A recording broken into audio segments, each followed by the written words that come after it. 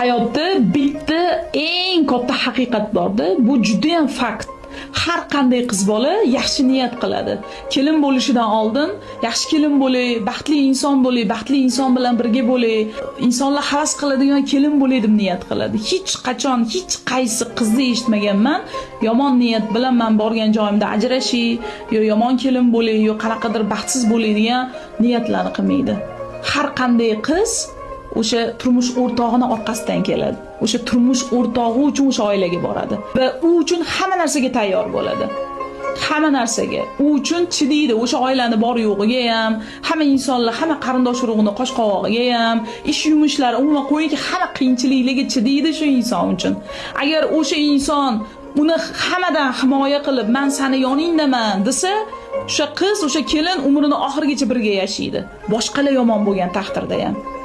Lekin ketishi uchun, shu oilani tashab ketishi uchun hamma sabablarni qilib qo'yib, eshikni oldigacha olib borib qo'yib, o'sha sabablarni qilib chiqib ketgandan keyin sen chiqib ketding, sen undoq qilding, sen meni tashab ketding deyish, bu nomard ishi bo'ladi.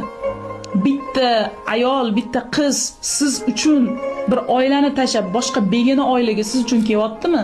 Siz uchun hamma narsaga tayyor bo'lyaptimi? Bunaqa insonni qadriga